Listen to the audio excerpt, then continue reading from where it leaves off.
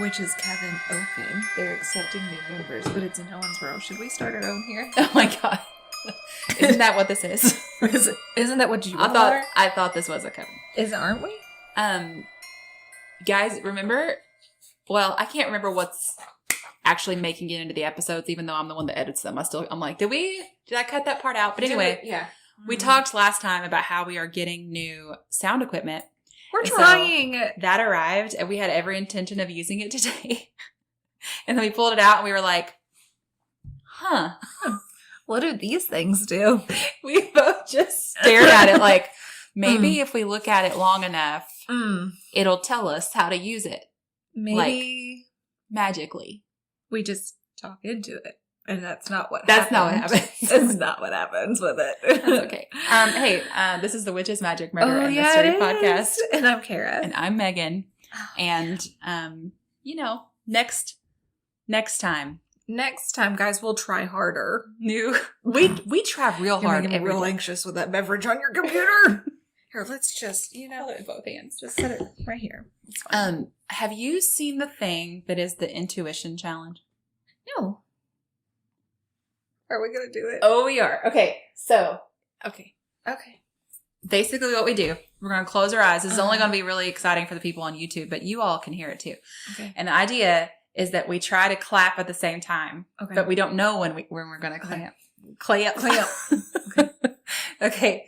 So we're going to have to sense it. All right. Okay. We're closing our eyes. Okay. That was pretty close. Let's do it one more time. Okay. 1, 2, 3. Oh, I think maybe counting was bad. Yeah. Okay. So don't count. Okay. Oh, shoot. I wasn't even ready. Okay. Listen, we're very in sync. This is the one time you tried to repeat what I was saying. It was good. Okay. If you haven't seen that YouTube video where we try to talk at the same time, you should look that up. Okay, well, we're done with the intuition challenge, but we were great at it, don't you think? So Do you guys understand how often, when I screw something up, I will say it out loud? I'm great. I'm great at really good at this, guys. It's like I'm really used to giving myself positive affirmations. It's like, yes, Megan, maybe you failed here, but you're good at so many other things. It's because I was raised by Marion, who says, you're a champion. Everybody's a champion. You're a champion. This morning, Sophie got the best. She really is. Sophie got ready before I did for once. So she was just sitting in my room, and I hear her in there talking to the dogs because that's what she does. And she's like, "I'm a smart girl today." I was like, "Oh man, so good. I'm a smart girl. I love her. So funny." Okay, so it's spooky season. Oh my gosh, I'm so excited. So this is October 1st. We are kicking off our week. Guess where we're gonna be on October 1st? We are going to Harry Potter World. Just me and Kara, girls trip. We're so excited. So by the time you're listening to this, we'll be on an airplane, or we might actually be there. Yeah, and if you follow it, I'm sure we will post Instagram and Facebook all over the place. Yeah, we'll talk to you guys while we're there. Yeah, a fun little trip, just me and her. I'm so excited. Just for the weekend. To be a wizard. You're already a wizard.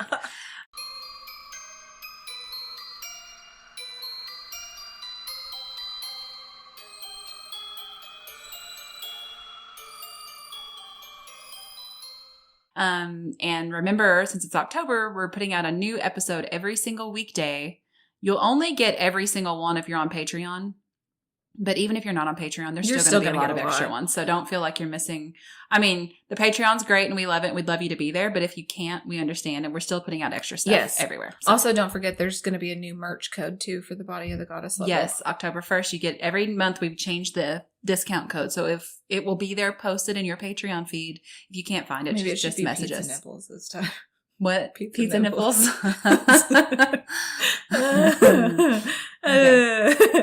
Now, let us begin. Okay, let us begin. Okay, I'm doing mine on Marie Laveau. Yes, a little witchy voodoo doctor. So it says that she's believed to have been born in the French Quarter of New Orleans, September 10th, 1794. She was the daughter of a Creole plantation owner, Charles Laveau, and his mistress, Marguerite. Ooh, Marguerite is such a great name. I know. She grew up on her father's plantation where she was educated and she studied to be a hairdresser. She was a devout Catholic as well as the rest of her family, and she went to mass constantly. Just couldn't keep her out of there. So she loved it. She loved it. Can't wait to go to mass today. It's so crazy though, because she's like this witchy voodoo doctor, but she's also a devout Catholic. Yeah, but I love that. Yes, because it doesn't necessarily have to be mutually exclusive. And people think that you can't be one or the other. Mm-hmm. No, you can be you can be anything you want to be. That's right, and you'll be great at all of them. All the things. We believe in you. We do. Don't be a murderer though. Don't do bad things. Okay, yeah, there is a limit to our support. Yes. So in August 1819, she married Mr. Paris. Let me see. What's it say? Jacques Paris. Jacques. Mr. Paris. He was a carpenter, and they still have their marriage certificate preserved in the St. Louis Cathedral in New Orleans. Oh, cool. Yep. They had 2 daughters, and then they all just kind of fell off all, like, records. Oh. And the daughters just, yeah. And we're just like, huh, what happened to why? them? Oh. I wonder where the daughters went. And then Mr. Paris went missing. Oh. And they just presumed him dead. Megan's got cold chills, guys. They presumed him dead in 1824.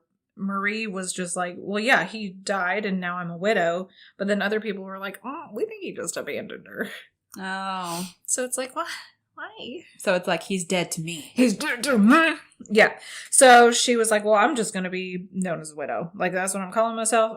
She started calling herself the Widow Paris. I guess back then that was better. I guess so. So then she entered a domestic partnership. She didn't get married. She just was just hooking up. Just shacking up. Hooking up. Enjoying herself. Yes. Presumably. Yeah. He was a nobleman of French descent, and they lived together until 1855 when he died. Oh, nice. Yeah. They reportedly have 15 children together. Oh, my God. She was apparently a witch in bed. God. We've talked about this before with some other really big family, but being pregnant 15 times. 17. I mean, right. Because they had 15. Before. Yeah.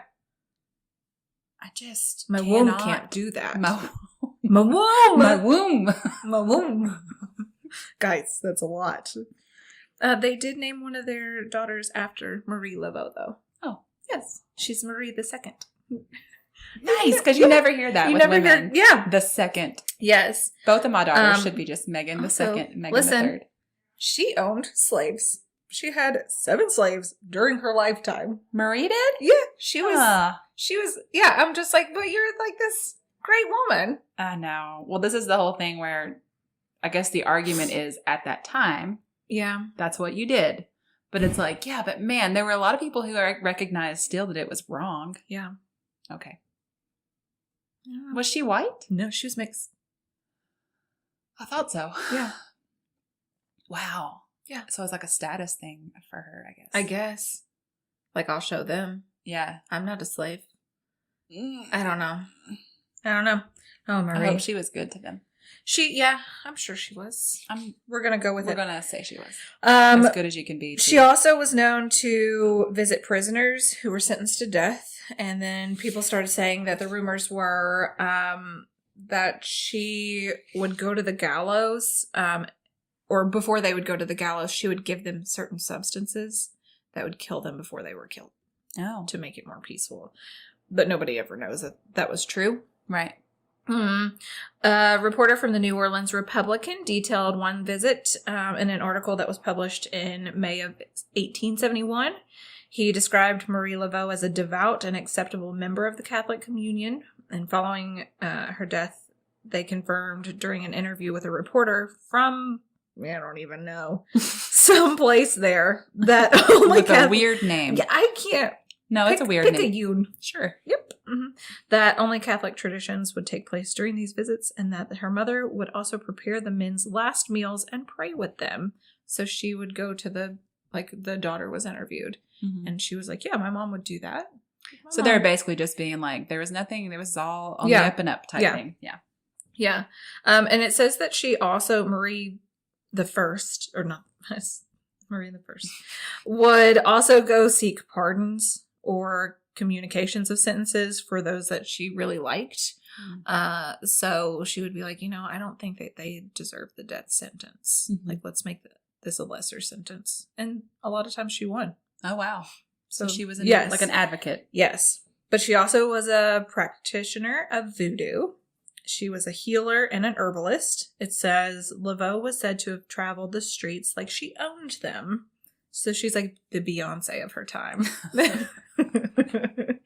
I can just, how like her strut is. I mean, same. She like flips her hair. I've often thought of myself as the Beyonce of my time. Yes. There's already the Beyonce is of my time, but you get it. Yeah.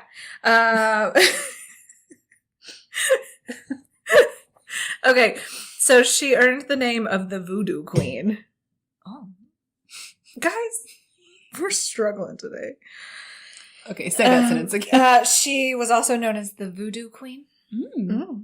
Yep. It says Marie took a short time to dominate the voodoo culture and society in the New Orleans area. And during her time as queen, she had been asked questions about her family disputes, health, finances, and more. And she was just like, screw it. Like, I'm the voodoo queen. It doesn't matter what's going on in my life now. Don't talk to me. Yeah, don't ask me questions about my money right now. I have way better things to talk about. My 17 children. This doesn't matter. This does not matter. She also performed her services in 3 places as the queen. Her home on St. Andrew Street, the Go Square, and Lake Pontchartrain. What lake is it? Pontchartrain. I just wanted to hear you say it again. Pontchartrain. Pontchartrain. Yep. Sure. That's what it looks like. Yeah, it's exactly what it looks like. Phonics. Oh, God. It also says that there were 2 other voodoo queens as well, but she was like top voodoo She queen. was the queen. The queen. Yeah. I took Ella to Comic-Con over the weekend, and they had a booth there of just tiaras, like various. Oh, my gosh. Yeah.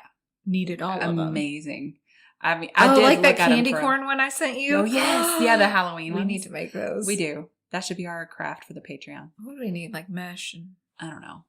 We can go to Macrame. Michael's and have a heyday with it. But just the little girl in me when I was looking at all these like crowns, and I was like, I need one for every day. I know. Yeah, I decided to buy Ella more things instead of myself. Please reward me for my selflessness as a mother. And send Megan crowns for her birthday.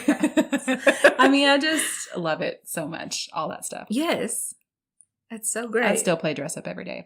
For sure. I do when I can. I mean, I dress up every year for Halloween. One of our episodes. Just dress in our Halloween costumes. We should do that for one of our episodes. Okay, let's do it. Okay. So, like I said in the beginning, she studied to be a hairdresser. So she started her own beauty parlor. And she was a hairdresser for very wealthy families in New Orleans.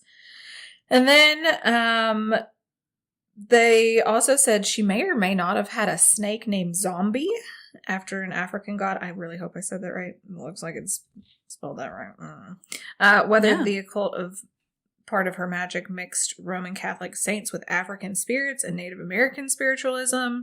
It's just like she just started pulling in everything. Pulling everything. And so while she was cutting hair, she had like all these people she'd talk to, and they were like all the higher class, and she's like getting informants involved and like just traveling with all this information.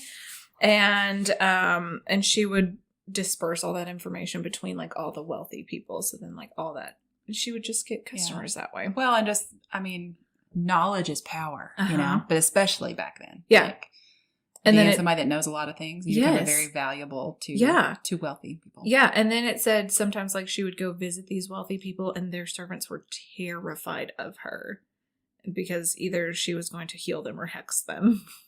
I was like, oh God. Was she an American Horror Story? Yes. Yeah. Okay. Yeah.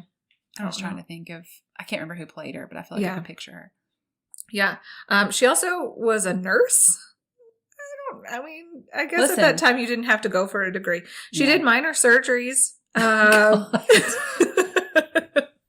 it doesn't say what kind. But I think that's also in the time when they had like the barbers that would like thin your blood out. Sweeney Todd. Yeah. Well, I mean, also, she seems like someone who's like constantly learning. Yeah. Like she has to be really intelligent to live the life she's living. Oh, yeah. Right? So she's probably someone who's constantly learning, and she's just like, I can do that. Yeah. I know. And I mean, you probably could trust her with minor surgery, you know, because she's not an idiot. I mean, back then. Sure. I mean, there are doctors now who... Cleanliness is next to godliness, so I'm sure she was very clean in her work. There are doctors now who are fully trained and terrible, so... Dr. Death. Exactly. Yeah. Oh, God. One of the local newspapers once referred to her as the notorious hag who reigns over the ignorant and superstitious as the queen of the voodoos. I know. So she healed the sick, and then several people admired her, called her a living saint, and then the rich and the poor came to her. They wanted to gain fame, fortune, become pregnant, and then get revenge on others. Of course, why not? Yeah. Why wouldn't you go to a voodoo queen for this? Then in 1875, she gave her last performance and announced she was retiring to her home on St. Anne Street in the Old Quarter. She never completely retired. She just kept working. And then it said she was active, visiting the poor, imprisoned, and she continued to give readings in her home. I guess like tarot readings and stuff like that. Yeah. In 81, she died peacefully at her home at the age of 86. And she was also referred to as one of the kindest women who ever lived. So she's like the Mother Teresa of voodoo queens. Oh, I love it. So cute. But it said that her daughter Marie kind of assumed her position as she was getting older. Mm-hmm. So then she carried on the practice of magic, and she took over as queen before Marie had died. So Marie was like, I'm retiring. And it doesn't say like she told her to take over, but I think that her daughter was like, yeah, I'm taking over this. Yeah. Like, I have your namesake. Like, I just need to continue this. I'm interested in all this stuff. Yeah. Yeah, why not? But it said even though she attempted to carry on this voodoo work, it didn't work out that well for her because she wasn't as compassionate as her mom. Oh. Yeah. She was a hairdresser. She ran a bar and a brothel on Bourbon Street. And that feels like that's the Marie that they portrayed in American Horror Story. Yes. It said she was able to fulfill any man's desires for a price. She's a different sort of... She was a spicy lady. Yeah. She said that there were lavish parties held at where her mom had like originally started the whole business. She would just constantly like entertain people. And then someone said they were never raided by the police, who feared that if they crossed Marie, she might hoodoo them. Smart decision. I would say so. Yeah, I wouldn't cross her either. Yeah. It also said that she would still do the voodoo ceremonies, but she never regained high notice of the press. Like they were just like, your mom did better. Yeah. So we don't. I mean, it's such a tough act to follow. Like her mom was the original, so of course she's always going to be seen as the best. Yeah. But I mean, she does. I get that there are certain stereotypes associated with like voodoo, but I mean, it's really, unnecessary. It's just people being afraid of what they don't know. But, exactly. She seems like an all around good person at her core, right? Yeah. Oh yeah.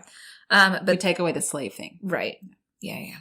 But Marie II died in a big storm. She drowned in the 1890s, and then when she died, the Laveau story just kind of became mystery. Just there were 15 kids though. Yeah. 17. Yeah. Where'd they all go? I don't know. And nowhere. It doesn't have much info on them. Weird. I know. It has like some of their like baptismal records, like from the Catholic Church, but we don't know what they went on to do. I mean, some of them may have been like, I want, you don't want to be anything like your parents. Like you turn a totally different direction. I don't know. Marie I was buried in the St. Louis cemetery. And the burials are obviously in the above ground vaults because, the floods. New Orleans. Yeah. New Orleans. And so it says the cemeteries were relatively still intact after Hurricane Katrina. I don't know what has happened since then. Yeah. With all these floods. Yeah. But it said there's elaborate grave sites found in New Orleans that attract just tons of visitors a year. It says that there's another crypt in cemetery number 2 that is known as the Wishing Vault or the Voodoo Vault, where visitors illegally, don't go do this, draw X's, 3 of them, on its slab in hopes that Marie's spirit will grant them a wish. Oh, wow. People will decorate it with hearts, pentagrams, poetry, initials, all sorts of things. Yeah. I feel like that's where I've heard that, like, her grave is, like, the most popular one. Yes. Yeah, that's what I was going to say. there. Like, it is the most popular. Like, Elvis isn't even as popular as hers Really? is. Yeah. Like, still to this day. And it says That's that people... incredible. Yeah. And people don't know that this is, like, her exact tomb, but they will leave offerings of coins, Mardi Gras beads, flowers, rum, candles, like, all sorts of stuff. And then the tomb that was listed as, like, cemetery number 1, it was vandalized by an unknown person in 2013. And they painted on it with latex, like pink latex paint. And I'm just like, why? Why would you do that? So then, like, the city got, like, bad press because they removed it in a weird way. And people were just, like, throwing a fit. So now, because of all this, as of March 2015, there's not public access to this cemetery without a tour guide. Oh, okay. Because of all the vandalism. People who vandalize cemeteries, like, what's wrong with you? Yeah. I'm sure none of you are listening. Yeah. But if you could find them and you could just question, like, what's just wrong with you? Don't do this anymore. I mean, this is where, just leave it alone. It's people's grave I mean, if you sites. have art that's, like, worthy of murals, find a local business. I'm sure they would be more than happy to let you. Mm. Yeah. So it says that the New York Times stated that she was a woman of great beauty, intellect, and charisma, who was also pious, charitable, and skilled herbal healer. God, I can't freaking read. Why don't you say that whole sentence again? God dang it. It says, the New York Times says, she was a woman of great beauty, intellect, charisma. She was a charitable lady, and she was a skilled herbal healer. Nice. Excellent. Excellent. Herbal healer. Yeah, I mean, she just seems like one of those lifelong learners who and practiced everything she gamblers. I thought this was fun. So gamblers will shout out her name when throwing dice, and multiple tales of sightings of Marie have been told. Yep. Nice. Yep. So they're like, Marie Laveau! Yeah. We should start doing that. That'll bring us luck too. Marie! The first! Not the second. Don't bring the second. Good. Don't bring the second luck up in here. Oh, man. Yeah, I love that. I also love, it's just like what we've talked about on older episodes with, like, Grace Sherwood and stuff, that this is a woman who lived, hundreds of years ago. Yeah. And she would have had no idea that here in 2021, we're sitting here talking about her. That people are still talking about her and saying her name when they're gambling, visiting her grave, leaving things for her. Yeah. Like, she's more famous than Elvis. And she wouldn't know who Elvis was anyway. Yep. But yeah. It's really just, I just love that. I love these women who... Spicy ladies. Yeah, they just live their life the way they want to, outside the norm. And then hundreds of years later, we're still talking about it. Oh, yeah.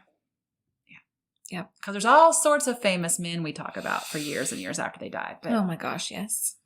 How many women? Maybe we should start like a month of just like famous women. Whenever, like, isn't there like a Women's History Month or something? Yeah, we can do so. Yeah. All right, guys. Thank you guys so much for listening. Yeah. We'd love to hear from you. You can contact us at witchesmagicmurdermystery@gmail.com. Yep. Hit us up on Instagram. Our link tree stuff is all in our link in our bio. Yeah. And there are also all the links to everything are in our show notes too, for the Patreon, the podcast store, the Facebook group, all the places. Yep. Okay. All right. Goodbye. Goodbye.